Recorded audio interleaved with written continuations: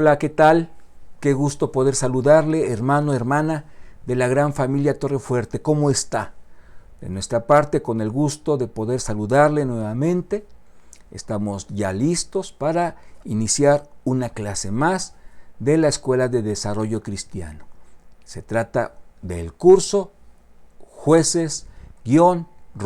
Estamos a través de este estudio bíblico estudiando aspectos importantes de estos dos libros en los que el Señor nos muestra, nos da lecciones muy valiosas para nuestro andar en Cristo, para nuestra madurez cristiana. Sea bienvenido, insisto, así que vamos a orar, vamos a pedirle a nuestro Señor que sean estos minutos que estamos destinando de bendición para nuestra vida espiritual. Gracias, Padre Celestial, por la oportunidad que nos estás dando de estar llegando prácticamente ya a la primera de 3 partes de este curso.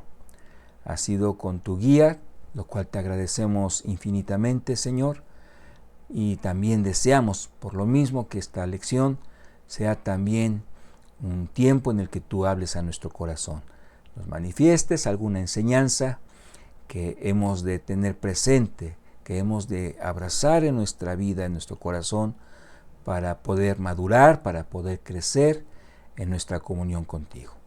Gracias por cada familia, cada hermano, hermana que nos acompaña.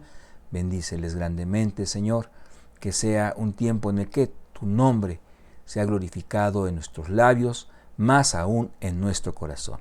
En Cristo Jesús. Amén.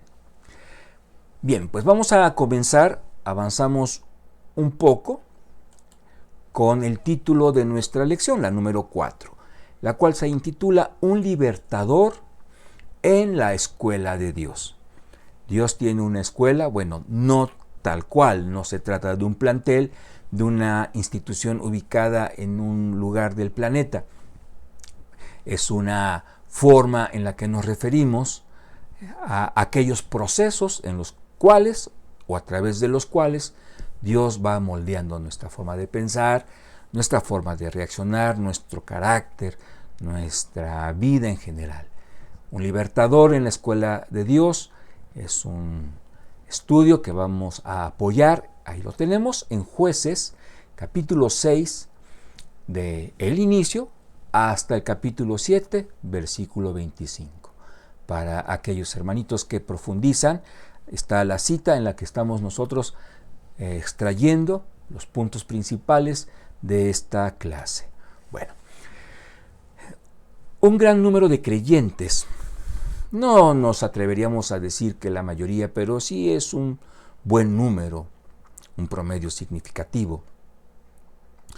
Cuando a estas personitas, a estos hermanos en la fe, se les propone, se les plantea la posibilidad de ingresar a un ministerio, formar parte de una actividad de la iglesia, una actividad consistente, es decir, un ministerio, no un evento aislado. Cuando se les invita a formar parte, qué sé yo, del ministerio infantil, del ministerio de mujeres, de viudas, algo más específico, de hospitales, etc. Un gran número, subrayamos eso, no todos por supuesto, van a usted, si es que usted hace la propuesta, decirle, le van a contestar que no pueden hacerlo bien, que no sabrían hacerlo bien.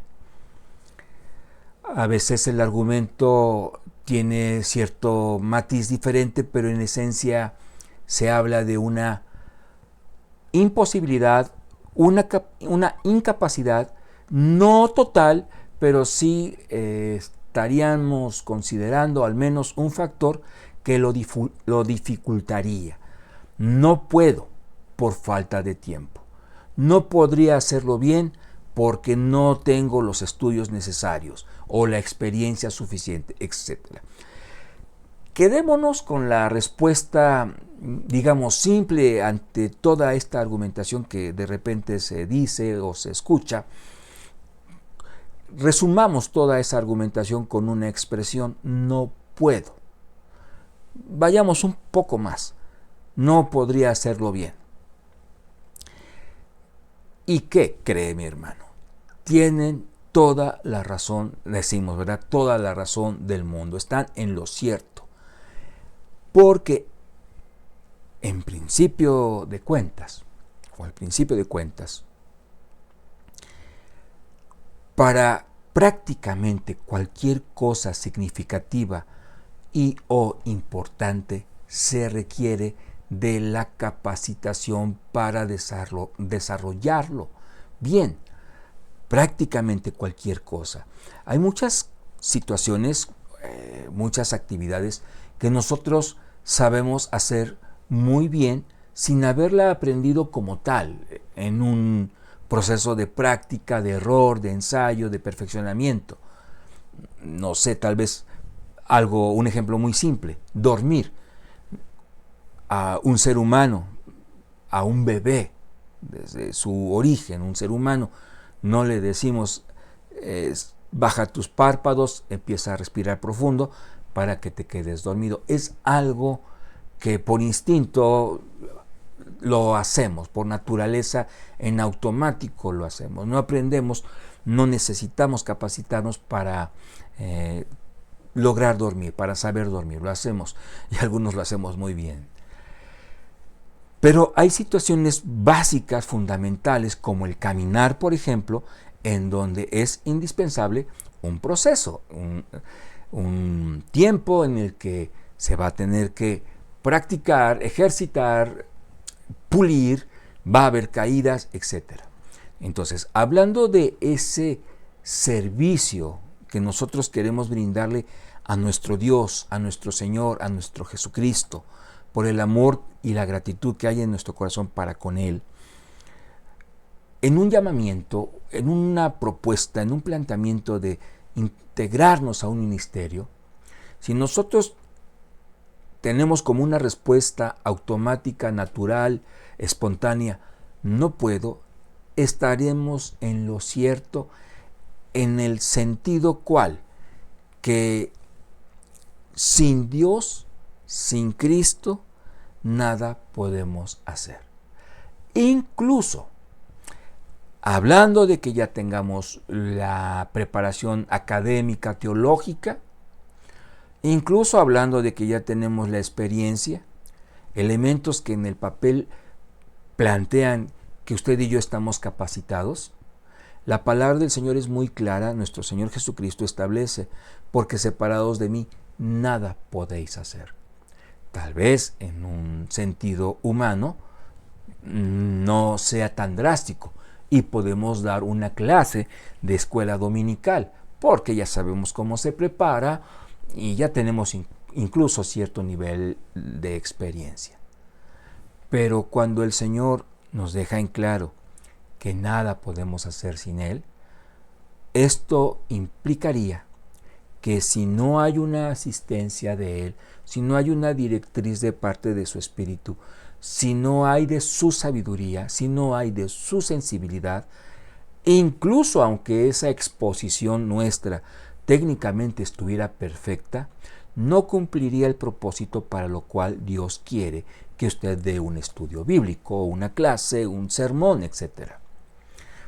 Es a eso a lo que nos estamos refiriendo cuando consideramos que al decir no puedo, no podría hacerlo bien, ubicar que estamos siendo totalmente sinceros, o sea, estamos, si no es como argumento o pretexto para no comprometernos, esa es otra cosa.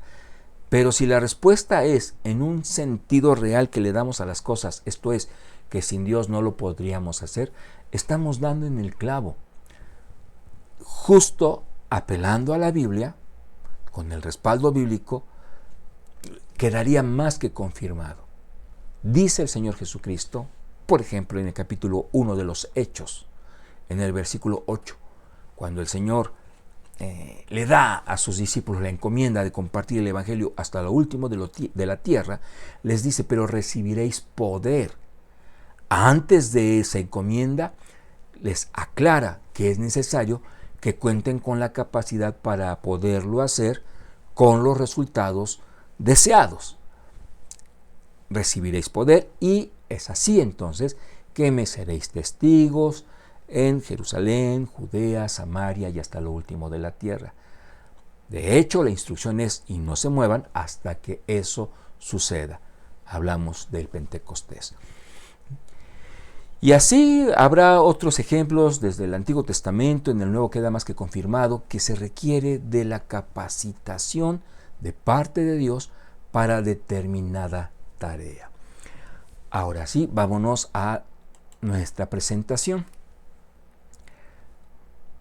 Vamos avanzando y en esta clase, en esta ocasión, perdón, mis hermanos, vamos a estar remitiéndonos a la Biblia con más frecuencia que en las que en las 3 clases anteriores, en donde dimos un balance, fundamentos para poder entender la logística esencial del libro de los jueces. Pero aquí ya es momento de hablar de situaciones muy puntuales. Pero entonces partimos de que Dios a nosotros, sus hijos, nos establece una tarea específica. No todos estamos llamados a hacer lo mismo. Y ese vendría siendo el inciso A de nuestra lección. El B es, por nosotros mismos no lo lograríamos. Luego entonces, el Señor, obviamente, conociendo y a la perfección esto, nuestra inutilidad, fragilidad, incapacidad. Es decir, yo sé que todo esto no suena muy alentador, pero es real. Está dentro de la instrucción, incluyendo, aunque muchas veces no nos los explica y menos con detalle, un proceso a través del cual estaremos desarrollando, adquiriendo y desarrollando la capacidad para lograr esa encomienda, esa tarea específica. A causa de su desobediencia, y lo vamos a leer de manera muy detallada en la palabra de Dios, a causa de su desobediencia, Israel estaba experimentando una situación triste. Principalmente eran 3 pueblos en contra de los madianitas, amalecitas también, y había una región al sur que se le conocía, mejor dicho, en el oriente, como los hijos del oriente. Estos pueblos, a manera de plaga, invadían a Israel justo en el tiempo en el que podían ya cosechar de todo lo que habían sembrado, todo lo que habían preparado. O sea, estos 3 pueblos, nada tontos, estaban pendientes, y cuando veían que se había llegado ya el tiempo de la cosecha, invadían y atacaban al pueblo de Israel de una manera violenta. Por ellos fuera, hubieran barrido con todo. Claro está, en el entendido de que era un pueblo, el de Dios, que les estaría suministrando año con año, temporada tras temporada, del sustento, no lo arrasaban. Por eso digo, nada tontos. Pero imagínense el griterío cuando los israelitas, ya anhelantes del tiempo en el que podían tomar de la tierra aquello que habían invertido, sembrado, y a disfrutar, qué drama para ellos que llegándose el tiempo, de repente llega gente extraña, malhechores. Procuramos cuidar bien cada una de las palabras para llevárselo todo. El esfuerzo, el fruto de ese esfuerzo, en un momento desaparecía de su vista y se lo llevaban personas que no habían tenido ningún esfuerzo en lograrlo. Simplemente el de llegar, decir hasta un lado, me llevo esto que es tuyo, pero ahora se convierte en mío y nos vemos el próximo año. Qué triste, qué drama. Seguramente gente enojada, llorando y gritando frecuentemente. Cuando preparábamos esta clase, recordábamos o vino a nuestra mente una caricatura incluso que plantea algo parecido. Insectos pues preparando sus alimentos para que otros de manera abusiva se los quiten. entiendo que ubica de cuál se trata, pero es ese mismo cuadro. Entonces dice Jueces 6 del 3 al 5. Pues sucedía que cuando Israel había sembrado, subían los madianitas y amalecitas y los hijos del oriente contra ellos, lo que le mencionaba yo a usted. Subían y los atacaban. Versículo 4. Y acampando contra ellos, destruían los frutos de la tierra hasta llegar a Gaza, y no dejaban que comer en Israel, ni ovejas, ni bueyes, ni asnos, porque subían ellos y sus ganados, y venían con sus tiendas en grande multitud, como langostas. Incluso hace referencia, ¿no? Lo ilustra con esta palabra, ¿no? Como langostas, y ellos y sus camellos eran innumerables, así venían a la tierra para devastarla. También hay ahí otra caricatura que de manera, digamos, cómica, pues es caricatura, pero presenta esto, ¿no? Que había dos ganaderos, pero uno abusivo permitía que su caballo se comiera de la comida del otro caballo, y bueno, era un constante conflicto en ese episodio. Aquí, de forma, subrayo, abusiva, ellos llegaban con sus animales y a disfrutar de lo que no habían ellos cosechado.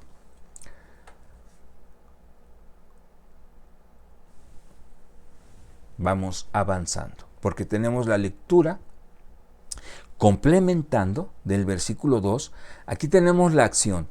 Ahora, fíjese el sentir, o fijémonos en el sentir del pueblo. Dice, y la mano de Madián prevaleció contra Israel. Veamos hasta qué nivel era este drama. Y los hijos de Israel, por causa de los madianitas, se hicieron cuevas en los montes y cavernas y lugares fortificados. ¿Esto qué significaba? Que más allá del esfuerzo que de por sí ya tenían que desarrollar para sembrar,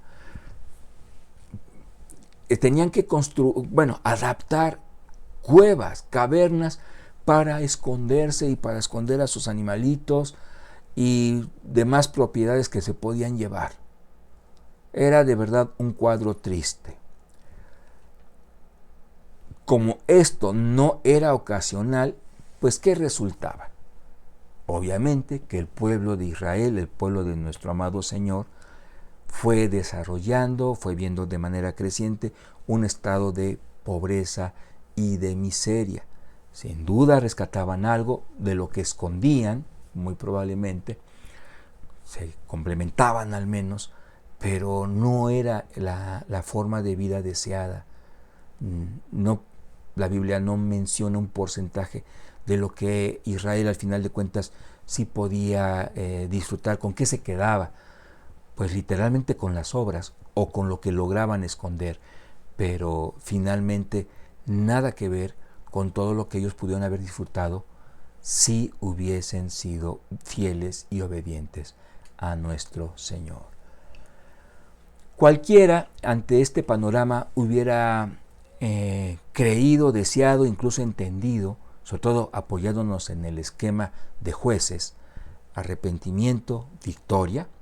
Primero, ya sabe, desobediencia, arrepentimiento, victoria. Cualquiera de inmediato hubiera dicho, bueno, ¿quién va a levantarse como líder para combatir ante los enemigos?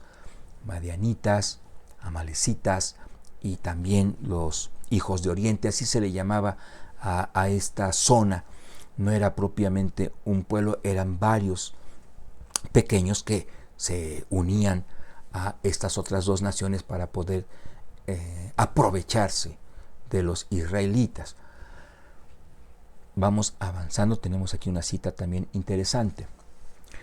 Entonces, comentábamos, cualquiera diría, ¿en qué momento se va a levantar el líder que el Señor va a establecer?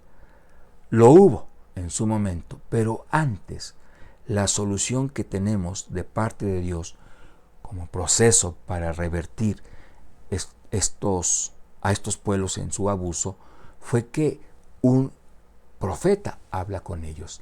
Dice del 8 al 10, Jehová, seguimos en el capítulo 6, obvio, Jehová envió a los hijos de Israel un varón profeta, el cual les dijo, Así ha dicho Jehová, Dios de Israel. Yo os hice salir de Egipto y os saqué de la casa de servidumbre. Esto que no se les olvide. Esta última frase obviamente es un comentario de nuestra parte, no viene en la Biblia. Os libré de mano de los egipcios y de mano de todos los que os afligieron. Es decir, hago un paréntesis, noten el poder de Dios y sobre todo el amor de Dios a favor de ustedes. Continúa el versículo 9, a los cuales eché de delante de vosotros y os di su tierra. Subraye conmigo si es tan amable, su tierra. Tenía etiqueta de Israel y en esa etiqueta tenía una información muy importante que hace que la victoria estaba garantizada de manera invariable, a pesar de las altas y bajas. Su tierra de parte de Dios, como en un sobre de esas cartas que antiguamente se mandaban, de para. En grande, para Israel, pero la importancia de esa zona remitente en la esquina superior izquierda, ¿no?, donde se tenía la información de quién mandaba, de quién enviaba esa misiva, esa carta, de parte de Dios.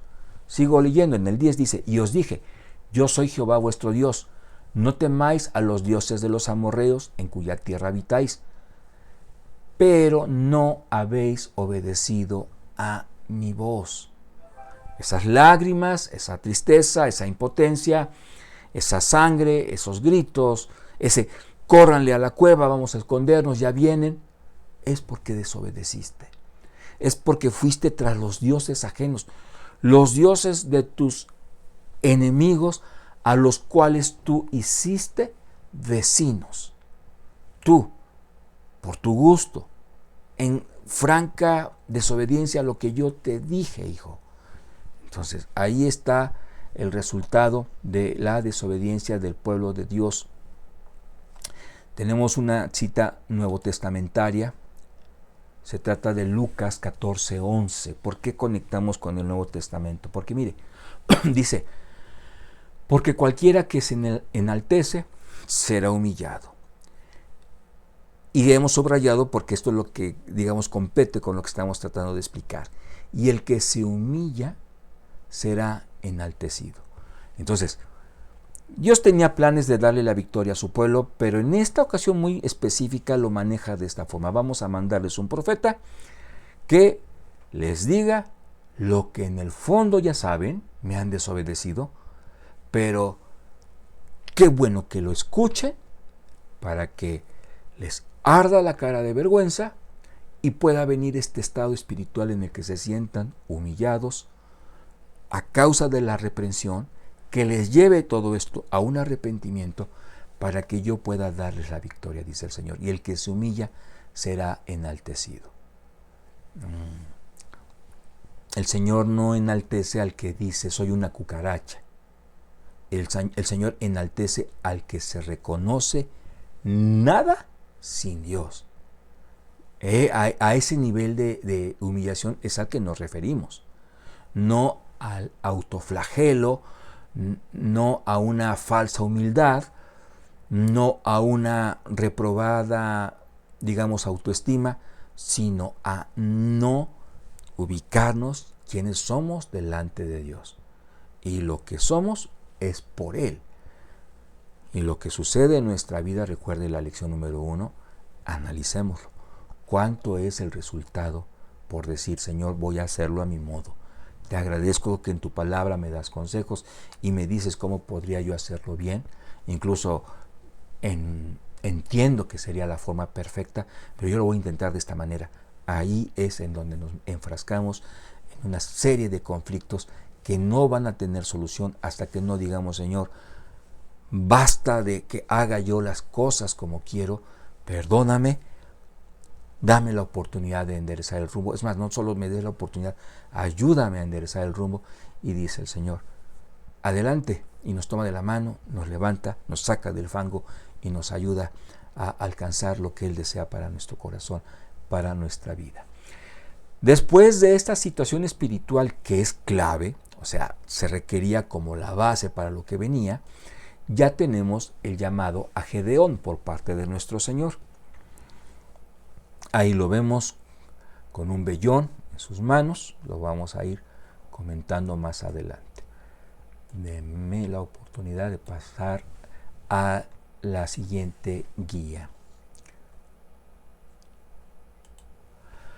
Jueces. Es el capítulo 6, no estamos saliendo de ahí. Voy a permitirme leer, son 4 versículos. Aquí tenemos el 12, el 13, pero también necesitamos leer el 14 y el 15. Yo le comentaba, yo le anuncié, vamos a ir mucho a la palabra de Dios en este caso por la información tan precisa que necesitamos conocer o recordar.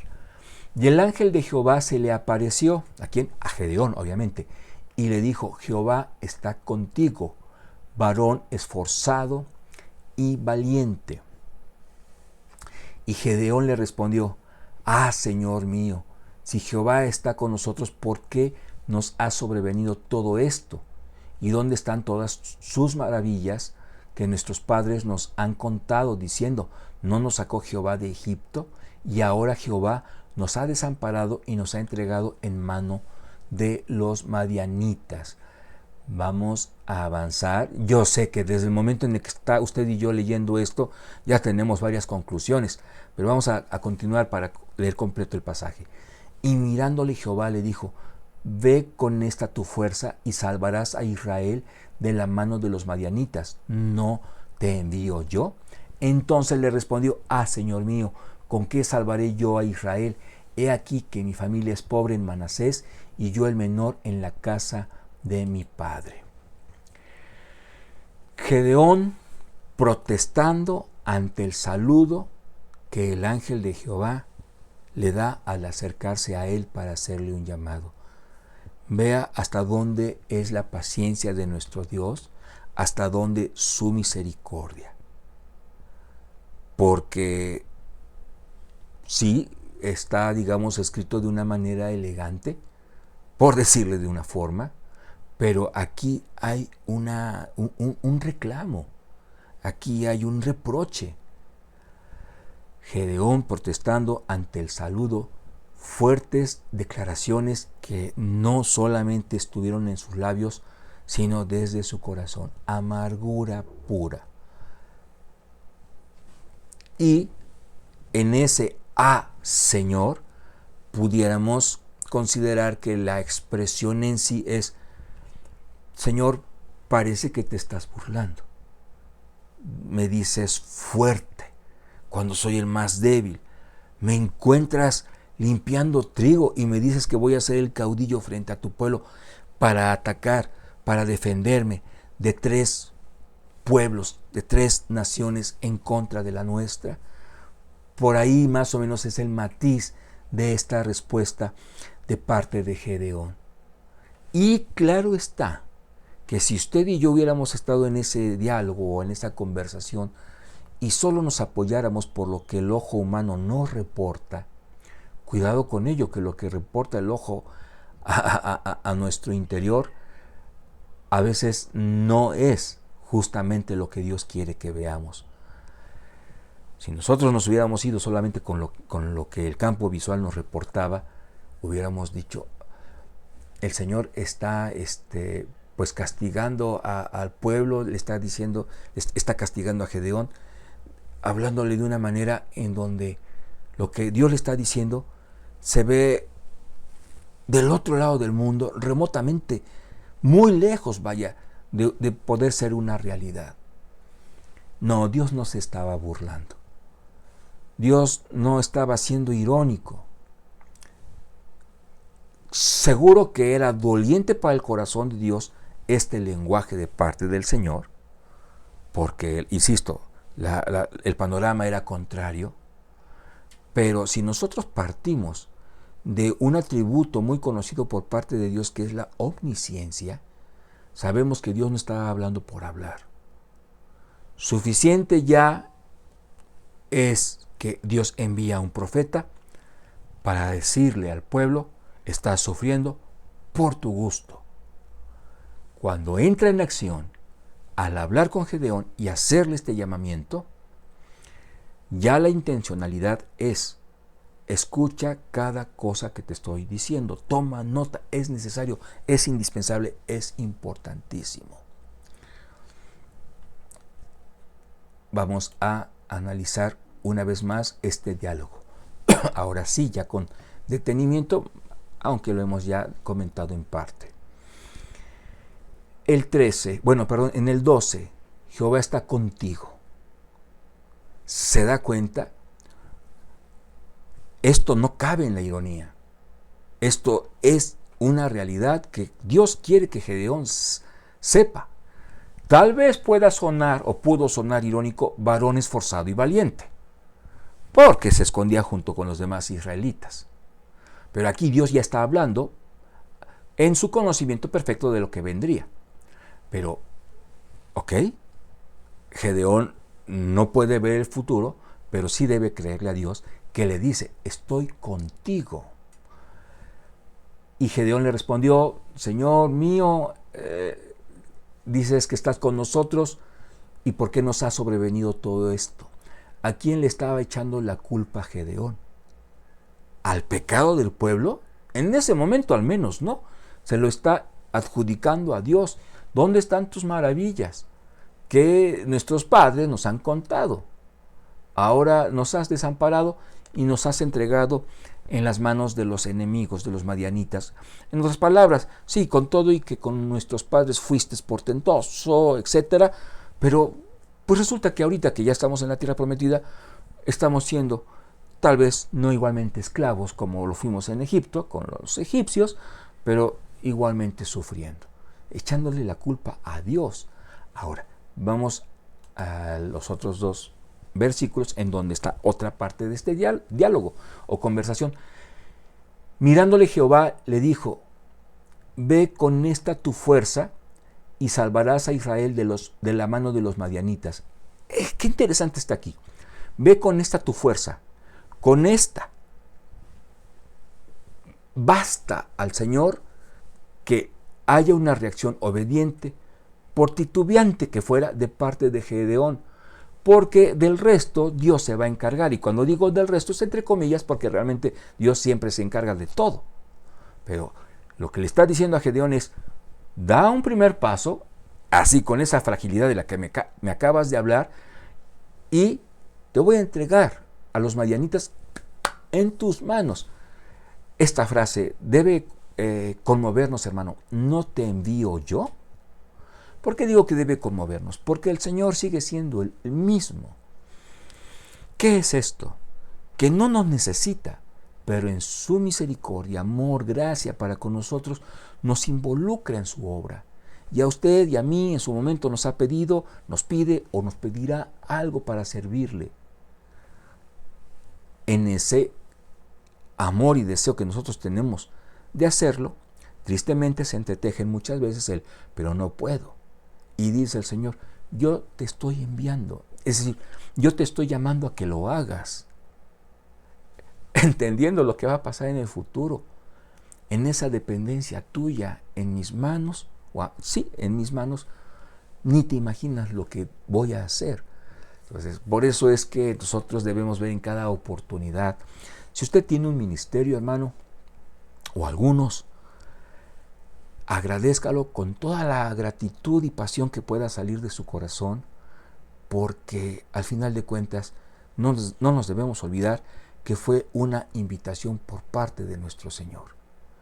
Una invitación en la que Él estaba perfectamente consciente, lo digo en términos humanos, de nuestros puntos débiles, de nuestra fragilidad, de nuestros pecados incluso, no de nuestra vida pecaminosa. Creo que ahí serían dos cosas diferentes, y aún así nos está considerando para servirle.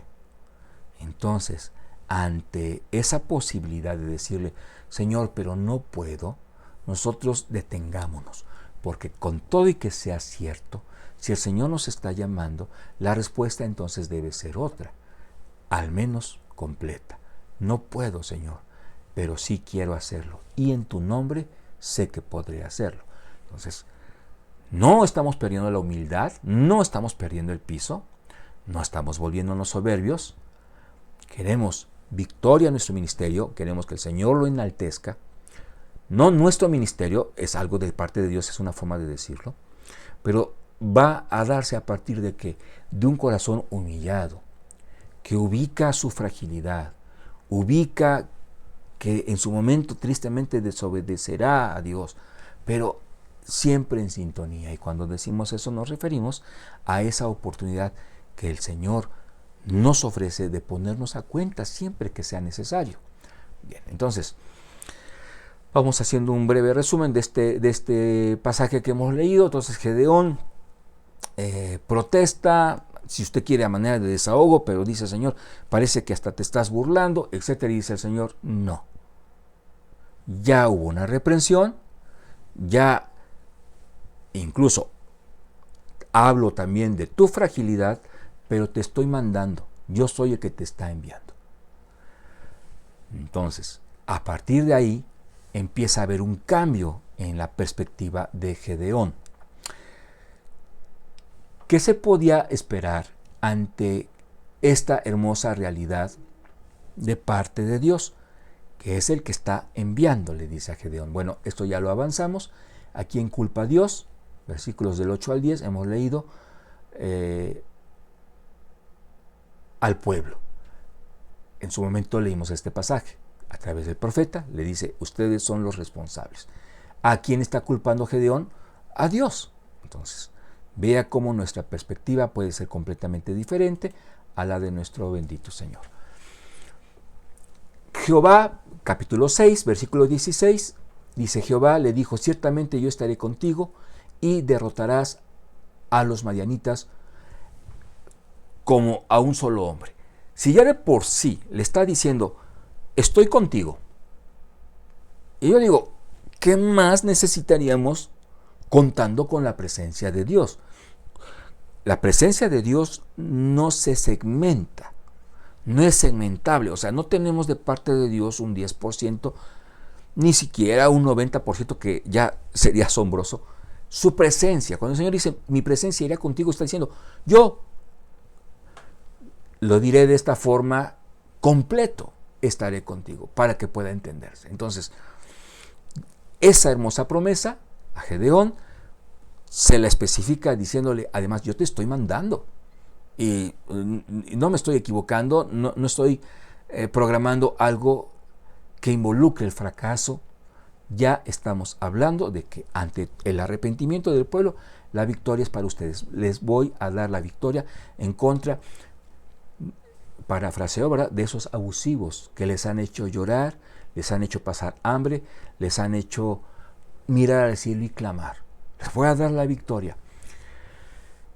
Pero el punto al que quiero que lleguemos para resaltarlo es: y derrotarás a los madianitas como a un solo hombre. Esto es muy significativo. Bueno, me adelanto tantito, porque se calcula que este ejército, tan solo este, pero son 3 naciones, ¿se acuerda? Tan solo este estaba conformado por 135,000 soldados. Y dice el Señor: no te preocupes del número, porque le vas a ganar como si se tratara solamente de una persona. Vamos ahora a la muy conocida señal del vellón. Por respeto a la bendita palabra del Señor, además no es un pasaje muy extenso, vamos a leer cómo se habla de esto de los versículos 36 al 40. Bien, ya hemos hablado de que Dios ha platicado de forma directa, franca, desafiante con Gedeón. Y Gedeón dijo a Dios: si has de salvar a Israel por mi mano, como has dicho, he aquí que yo pondré un vellón de lana en la era. Un vellón, para el que no sepa de qué se trata, aquí está, de lana. Se podía confeccionar con diferentes propósitos, como un tapetito de lana. He aquí yo pondré un vellón de lana en la era. Y si el rocío, hablando del amanecer del siguiente día, y si el rocío estuviere en el vellón solamente, quedando seca toda la demás, o sea, todo el demás terreno, toda la tierra, la otra tierra, entonces entenderé que salvarás a Israel por mi mano, como lo has dicho. Entiendo perfectamente tu instrucción, pero me asombra que estás fijándote en mí. Entonces, vamos a hacer esto, Señor. Le está haciendo una propuesta. Pensando en mi débil corazón, Señor, que mañana, para que yo esté seguro de que tu promesa para la salvación de tu pueblo es conmigo, porque puedo estar súper seguro que sí, ya lo dijiste, vas a dar la victoria, contra 135,000 hombres se ganará como si se estuviera compitiendo solo con uno, pero yo no soy apto para esto, lo entiendo perfectamente. Sin embargo, si tú lo dices, entonces pongo el vellón, y mañana, si está mojado y por el rocío y todo lo demás seco, me quedará claro que así lo quieres. Dice al final, y aconteció así, pues cuando se levantó de mañana, incluso dice la Biblia, exprimió el vellón y sacó de él el rocío, un tazo lleno de agua. No estamos hablando de un tazón que quepa en mi mano. Un recipiente grande evidenció a Gedeón que no es que se sintiera frío el vellón a causa del frío de la mañana, sino que realmente había recibido a petición suya todo el rocío y el resto de la tierra estaba seco. Conocemos el resto de la historia, pero qué hermoso es podernos deleitar al volverlo a leer. Mas Gedeón dijo a Dios, no se encienda tu ira contra mí. Vaya, al menos vemos un rasgo de temor santo, ¿no? De parte de Gedeón. O sea, entendía que Dios podía haberle en ese momento dicho, mira, no estoy para juegos, ¿no? Dice, no se encienda tu ira contra mí, si aún hablaré esta vez. Como a veces los pequeñitos, ¿no? Cuando nos piden algo, ya es la última, ya nada más esto y ya papá o mamá. Si aún hablaré esta vez, solamente probaré ahora otra vez con el vellón. Poniéndosela fácil al Señor, yo creo, no así lo llegó a pensar, ya no buscamos otro método, con el mismito método, pero ahora girando la perilla, dice, te ruego que solamente el vellón quede seco y el rocío sobre la tierra. Yo no sé si usó otro vellón o no sé de qué técnica se habrá valido para que en el resto del día él quedara convencido de que ya estaba seco. Y aquella noche lo hizo así. ¿Y qué pasó? Solo el vellón quedó seco y en toda la tierra hubo rocío. Mire, conmueve ver cómo el Señor en su gracia y por amor a nosotros concede, algunos llaman esto capricho espiritual. No sé si se le pueda llamar así por parte de Gedeón. Creo que no. Pero bueno, el tema es que el Señor bien pudo decir, no va a ser a tu modo, Gedeón, pero concedió la metodología en este caso para decirle que sí, que eres tú al que yo voy a usar. Mi propuesta, hermano, es que intensifiquemos en nuestro corazón este sentir. No se encienda tu ira contra mí. Esto es, que no provoquemos al Señor en nuestra duda. Si entendemos que está dudoso nuestro corazón, pedirle al Señor que quite esos temores, esa confusión, etc. Antes que decirle, si este mouse se eleva es que tú quieres que acabe la clase en 5 minutos, si no se eleva es que quieres que se acabe en 10 minutos, antes que llegar a ese tipo de situaciones en las que, ¿qué está pasando? Estamos apelando o queriendo apelar a lo tangible, a lo que se ve, a lo que se logra escuchar y medir con decibeles, cuando el Señor lo que desea es que en la definición que Hebreos 11 nos da, por ejemplo, de la fe, nosotros, sin verlo, tengamos la certeza de que será justo. ¿Por qué? Porque Dios lo estableció así o asá. Vamos avanzando. Victoria contundente. Claro, con el patrocinio de Dios no había espacio para la derrota. Contra 135,000 soldados enemigos fue necesario solo 300 hombres. Ahí estamos entre paréntesis poniendo de 32,000.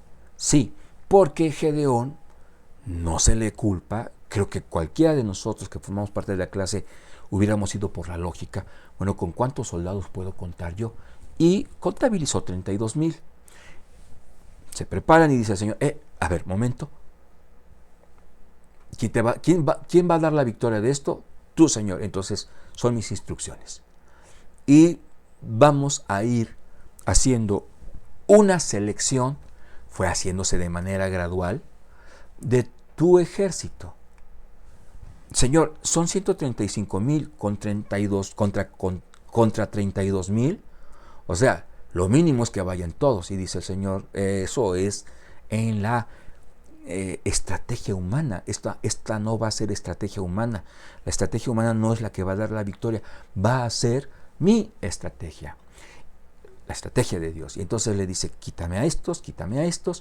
Y tenemos, ¿verdad?, en la Biblia pasajes en donde se habla de que en la forma en la que se acercaban para tomar agua del río, Gedeón podía decir, estos se quedan, estos se regresan a casa. Estos se quedan para batallar, estos se van. Y, sorpresa, bueno, allá lo tenemos en la pantalla, solo 300. ¿Los necesitaba Dios? Yo sé que usted tiene la respuesta en su corazón como yo. Ni siquiera ese grupo de hombres. Qué bueno que los hubo, qué bueno que queda patente para el resto del pueblo la importancia de ser valientes, de ser obedientes, hasta en los detalles más pequeños que para nosotros podrían ser insignificantes, pero para Dios son muy importantes. ¿Se acuerdan de cómo se seleccionó el Señor a David y no a ninguno de sus hermanos? O sea, el Señor no se va por el ojo, por la vista, sino por el corazón. Y obviamente quiso darle el gozo a estos 300 hombres de ser instrumentos de las manos divinas, instrumentos, mas no los arquitectos de esta victoria. Entonces, ¿cómo es posible que con 300 estos hombres, los madianitas, terminaron muchos muertos y los que no declarando, no cabe duda que tienen a un Dios fiel? Lo han desobedecido y es cuando nosotros hacemos nuestra fiesta. Pero no, o sea, la fiesta termina cuando el Señor dice, hasta acá. Vamos concluyendo. ¿Cómo le llama Dios a usted? ¿Cómo lo capacita? Dios llama a su pueblo a través de una exhortación profética. Hoy, toda exhortación que nuestro corazón necesita parte de la palabra del Señor. Usted y yo, cuando nos acercamos a la Biblia, buscamos ánimo, buscamos dirección, buscamos consuelo, pero también estemos alertas, abiertos a aquella reprensión, a aquel jalón de oreja que nuestra actitud puede estar demandando sin que nos demos cuenta. ¿Cómo nos llama a determinada situación, empresa? No hablo de una institución como tal, sino una tarea. ¿De qué manera nos está llamando? A través de una invitación pastoral, a través de un cambio de residencia, incluso ser muy sensibles a la que pudiera ser la voz de Dios para nuestro corazón. Y note usted que la capacitación que se requerirá será inherente, o sea, formará parte en el proceso. Tan así que muchas veces la Biblia lo avala, la capacitación venía antes. Claro que escondida, porque el siervo de Dios en turno no sabía que determinada situación en su momento sería dinamita pura. Hablo, por ejemplo, de Moisés cuando estuvo pastoreando las ovejas de Jetro, de su suegro.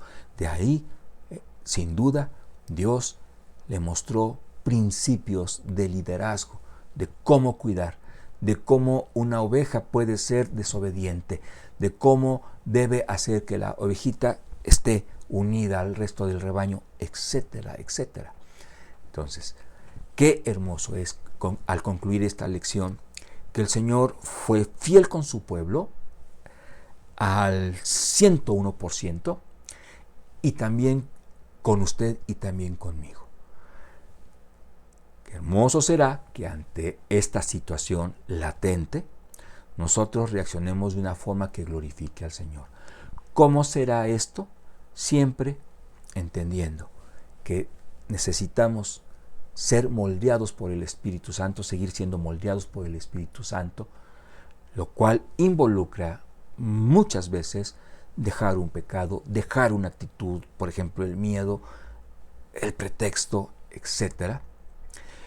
Y entendiendo nuestra fragilidad, nuestra incompetencia, tan así que estemos siempre abiertos a que el Señor, lo que haga en nuestra vida, a veces de forma inexplicable, será justamente lo que nos permita estar de pie ante ese llamamiento, ante esas tareas desafiantes.